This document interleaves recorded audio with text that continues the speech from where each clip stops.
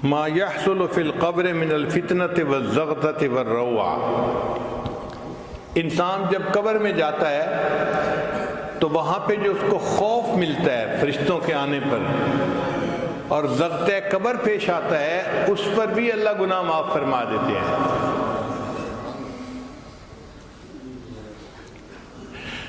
جب میت قبر میں جاتا ہے نا تو حدیث پاک میں آتا ہے کہ قبر اس کو دباتی ہے،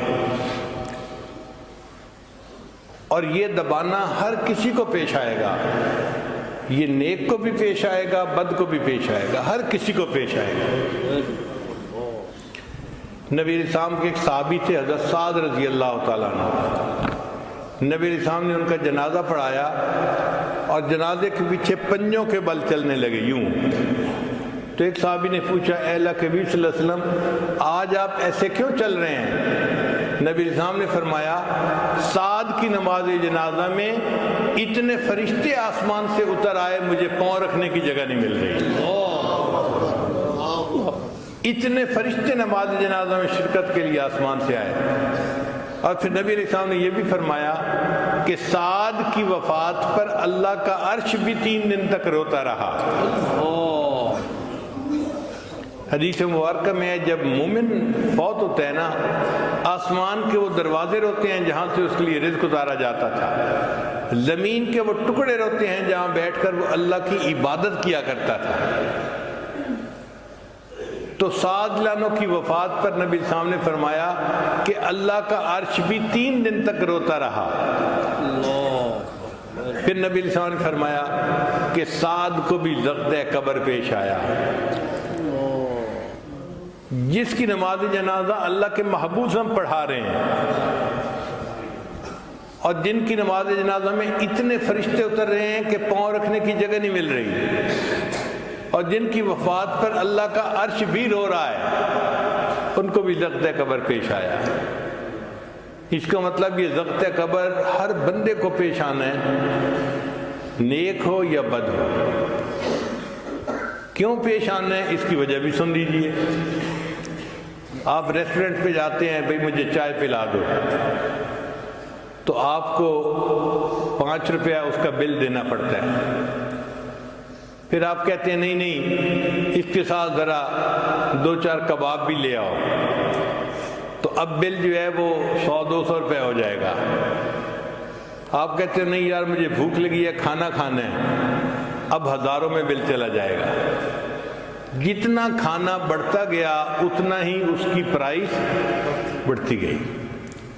ہم دنیا میں جو جائز لذتیں لیتے ہیں نا، ان جائز لذتوں کی بھی قیمت ہے۔ اب ایک بندے نے عیش کی زندگی گزاری، امیر بندہ تھا، اور ایک بندے نے غربت کی زندگی گزاری۔ اب امیر بندے کو اس کا بل تو پے کرنا پڑے گا نا، تو کیسے کرے گا؟ زغطۂ قبر کی وجہ سے پیش کرے گا۔ غریب آدمی کو کم پیش آئے گا اور امیر آدمی کو زیادہ پیش آئے گا۔ اس لیے ہمارے بزرگ جائز لذتوں سے بھی پرہیز کرتے تھے۔ ہم تو ناجائز لذتوں کے پیچھے بھاگتے پھرتے ہیں نا، وہ جائز لذتوں سے بھی جو ہے پرہیز کرتے تھے۔ مجھے یاد ہے کہ میرے والد گرامی کھانا کھانے کے لیے جب بیٹھتے تھے، میں 2-3 سال کی عمر کا چھوٹا بچہ تھا، ساتھ بیٹھتا تھا، تو ابو ایک لقمہ سالن میں لے کر منہ میں ڈالتے، اور گلاس پانی کا پڑا ہوتا تھا، اٹھا کر ایک گھونٹ سالن میں ڈال دیتے تھے۔ مجھے سمجھ نہیں آتی تھی بات، میں پوچھتا تھا ابو اتنا مزیدار سالن امی نے بنایا اور آپ نے اس میں ایک گھونٹ پانی ڈال کے اس کو بے مزہ کر دیا۔ تو ابو اس کا جواب نہیں دیتے تھے، اتنا کہتے تھے تم اپنا کام کرو، میرے سے یہ باتیں نہ پوچھو۔ پوری زندگی انہوں نے کچھ نہیں بتایا۔ جب ان کی وفات ہوئی تو پھر والدہ صاحبہ نے مجھے بتایا کہ بیٹا وہ کہتے تھے کہ یہ نفس دشمن ہے، ہم اس کو لذتیں دنیا میں کیوں دیں؟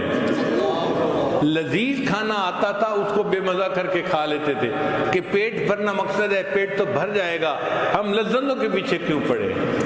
تو ہمارے اکابر جائز لذتوں سے بھی پرہیز کرتے تھے، ہم ناجائز لذتوں کے پیچھے پڑتے ہیں۔ ہاں ایک بات اور ہے کہ ضبط قبر تو مومن کو بھی پیش آئے گا اور کافر کو بھی پیش آئے گا، مگر دونوں میں زمین آسمان کا فرق ہے۔ جو کافر کو پیش آئے گا وہ قبر کی دیواریں اس کو دبائیں گی حتیٰ کہ ایک طرف کی پسلیاں دوسری طرف چلی جائیں گی، اس کی ہڈیاں ٹوٹیں گی، اس کو تکلیف ہوگی۔ اور مومن کو جو ضبط قبر پیش آئے گا وہ تکلیف کا باعث نہیں ہوگا، وہ ایسا ہی ہے جیسے آپ کے سر میں درد ہو تو آپ بیٹے کو بلا کے کہتے ہیں بیٹا ذرا سر دبا دو۔ اب بیٹے کے سر دبانے سے آپ کو تکلیف ہو رہی ہوتی ہے، راحت مل رہی ہوتی ہے، بیٹا تھوڑی دیر اور دبا دو، بیٹا ذرا میرے پاؤں میں درد ہو رہا ہے انہیں بھی دبا دو۔ تو ہم جسم جو دباتے ہیں وہ راحت کا سبب بنتا ہے، تو مومن کو ضبط قبر تو پیش آئے گا، اس کے لیے وہ تکلیف کا باعث نہیں بنے گا، راحت کا باعث بن جائے گا، مگر اس کے بدلے اللہ اس کے گناہوں کو معاف فرما دیں گے۔ رحمت اللہ و عفوہ و مغفرتہ بلا سبب من العباد۔ قیامت کے دن اللہ تعالی محض اپنے فضل اور اپنی رحمت سے اپنے بندوں کے گناہوں کو معاف فرما دیں گے۔ بندوں کا کوئی عمل نہیں ہوگا، اللہ کی رحمت کا اظہار ہوگا۔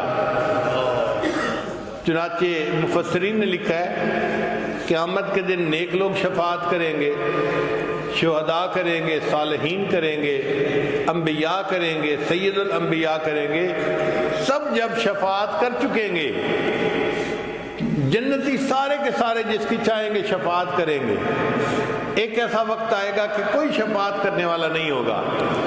اللہ فرمائیں گے ہر شفاعت کرنے والے نے شفاعت کی اور اپنی رحمت کا اظہار کیا، اب میں پروردگار اپنی رحمت کا اظہار کرتا ہوں۔ اللہ تعالیٰ جہنم میں سے لوگوں کی 3 لپیں بھریں گے اور ان کو اللہ تعالیٰ جہنم سے نکال کے جنت عطا فرما دیں گے۔ لپ کہتے ہیں یہ جو دونوں ہاتھ یوں بھرتے ہیں نا، اب آپ دیکھیں کہ اگر گندم کے دانے ہوں اور میں یوں دونوں لپ بھروں تو وہ سینکڑوں میں نہیں ہوں گے، ہزاروں میں اس لپ میں آ جائیں گے دانے۔ تو اگر ایک چھوٹا سا بندہ اس کی لپ میں ہزاروں دانے آ جاتے ہیں تو سوچئے اللہ کی عظمت کو، اور یہ بھی سوچئے کہ اللہ کی لپ میں کتنے بندے آئیں گے۔ خربوں خرب لوگ ہوں گے، خربوں خرب لوگ ہوں گے جو اللہ لپ بھریں گے اور ان کو جنت عطا فرما دیں گے۔ حدیث مبارکہ میں ہے کہ نبی علیہ السلام تشریف فرما تھے اور اللہ تعالیٰ سے رحمت کی دعا فرما رہے تھے،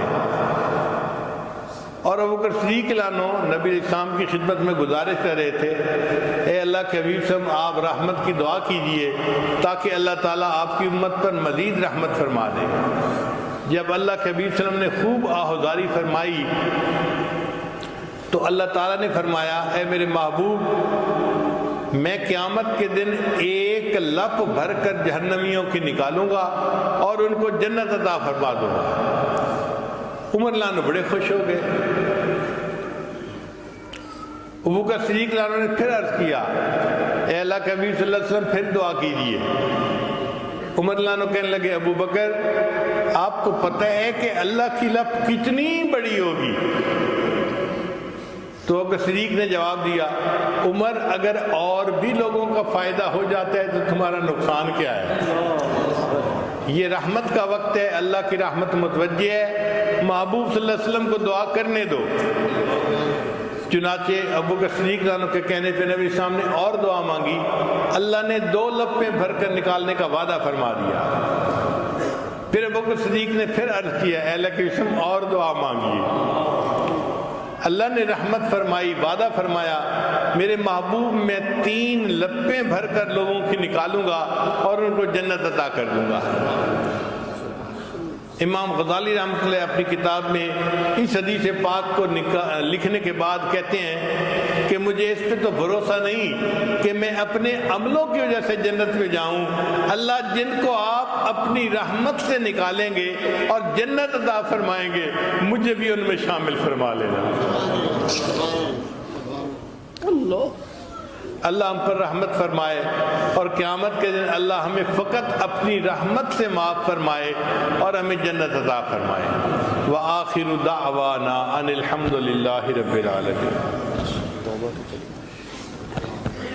دعا سے پہلے ہم توبہ